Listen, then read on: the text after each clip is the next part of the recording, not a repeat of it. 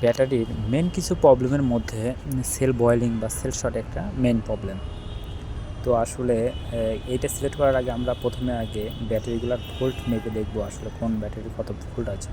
তো তারপরে আসলে বয়েলিং সাধারণত কোনটা এখানে সেটাই আপনাদের দেখাবো।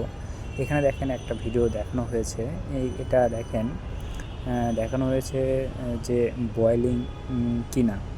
তো আসলে এটা আসলে বয়েলিং না, এটা আসলে যখন আপনি ব্যাটারিকে লোড ধরবেন বা মুহূর্তে আপনি 300 অ্যাম্পিয়ার লোড নেবেন, তখন তার ভিতরে একটা চার্জিংয়ের যে সময় বা ডিসচার্জিংয়ে একটা সাধারণ বুটবুটি বা সেখানে ডিসচার্জ হচ্ছে সেটা বোঝার জন্য এরকম ভুটি উঠবে। তো আপনি এটা সাধারণত এই ভুটি দেখে কখনোই বুঝবেন না বা বলতে পারবেন না এটা সেল বয়েলিং।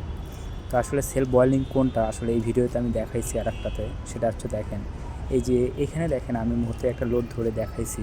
তো সাধারণত দেখেন সেল বয়েলিং বা সেল যদি শর্ট হয় তাহলে এরকম বয়েলিং আকারে সেটা প্রতিফলিত হবে এবং আমরা বুঝতে পারবো।